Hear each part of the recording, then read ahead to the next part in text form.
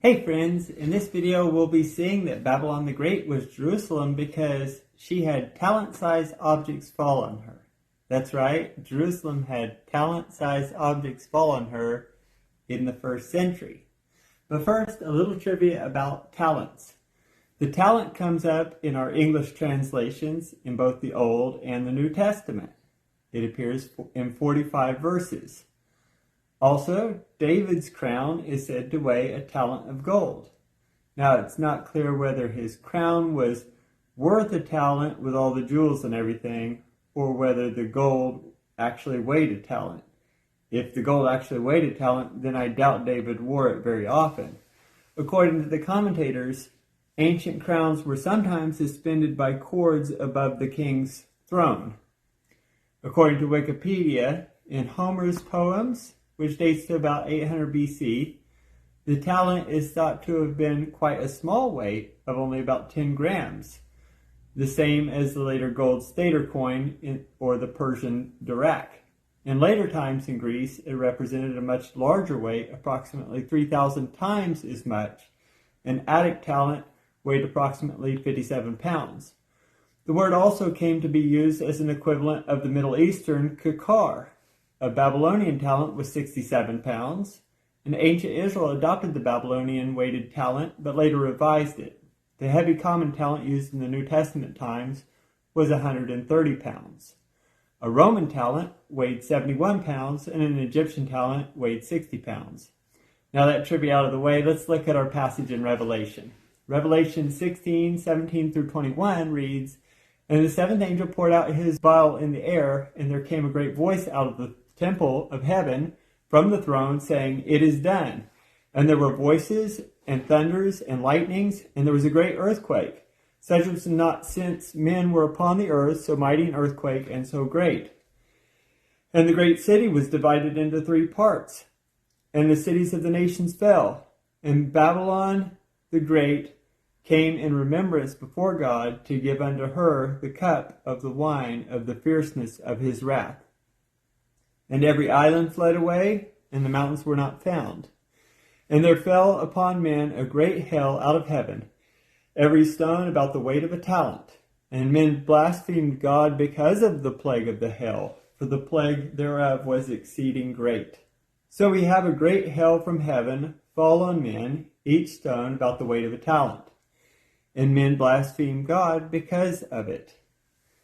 Now let's look at a 1st century Jerusalem and see what the historians say about her destruction. Josephus, Wars of the Jews, Book 5, reads, "Now the stones that were cast were of the weight of a talent, and were carried 2 furlongs and further. The blow they gave was no way to be sustained, not only by those that stood first in the way, but by those that were beyond them, for a great space. As for the Jews, they at first watched the coming of the stone, for it was white in color, and could therefore not only be perceived by the great noise it made, but could be seen also before it came by its brightness. Accordingly, the watchmen that sat upon the towers gave them notice when the engine was let go, and the stone came from it, and cried out aloud in their own country language, 'The sun cometh!' So those that were in the way stood off and threw themselves down upon the ground, by which means, and by their thus guarding themselves, the stone fell down and did them no harm. But the Romans contrived how to prevent that by blackening the stone, who then could aim at them with success, when the stone was not discerned beforehand as it had been till then, and so they destroyed many of them at one blow. Yet did not the Jews under all this distress permit the Romans to raise their banks in quiet, but they shrewdly and boldly exerted themselves and repelled them, both by night and by day." A couple of observations. First, these stones were said by Josephus, a 1st century Jew, to be of the weight of a talent. This is the exact same way as the hailstones in Revelation are described. Furthermore, they were said to have been white in color. Though not literal hailstones, they would have appeared the same. Another very interesting observation that William Whiston, the translator of Josephus, points out, the Jews did not cry out, "The stone cometh," but rather, "The sun cometh." William Whiston, in his translation of Josephus leaves a footnote on this passage, and he says, "What should be the meaning of this signal or watchword when the watchman saw a stone coming from the engine? The sun cometh, or what mistake there is in the reading, I cannot tell.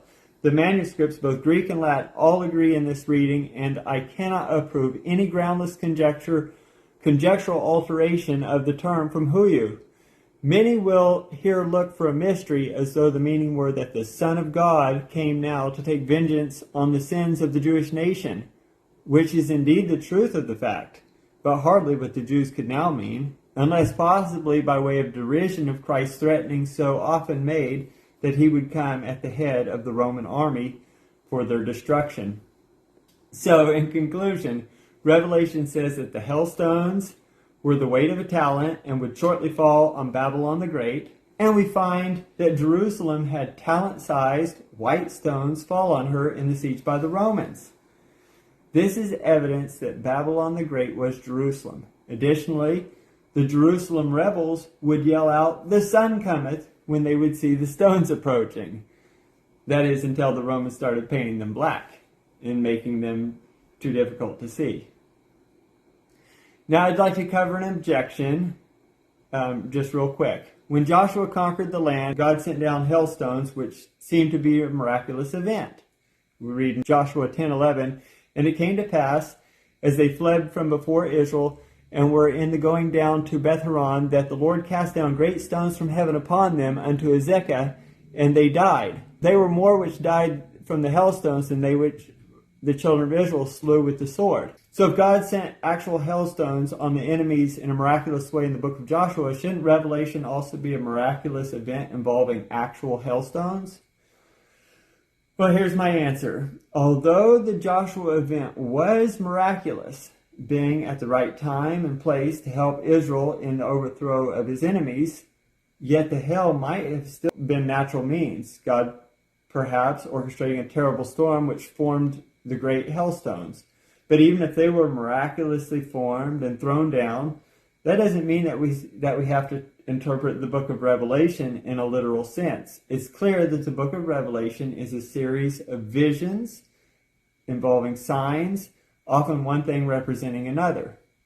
And I think it's just too big of a coincidence to ignore that Jerusalem was recorded as having talent-sized white stones hurled upon her from above in her overthrow by the Romans, and this being recorded by an unwitting and unbiased historian.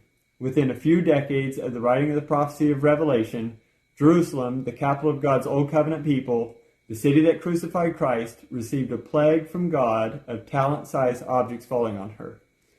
This is another solid piece of evidence pointing to Jerusalem as the answer for the enigmatic city of Babylon the Great. Well, that concludes this presentation of Babylon the Great being Jerusalem because talent-sized objects fell on her.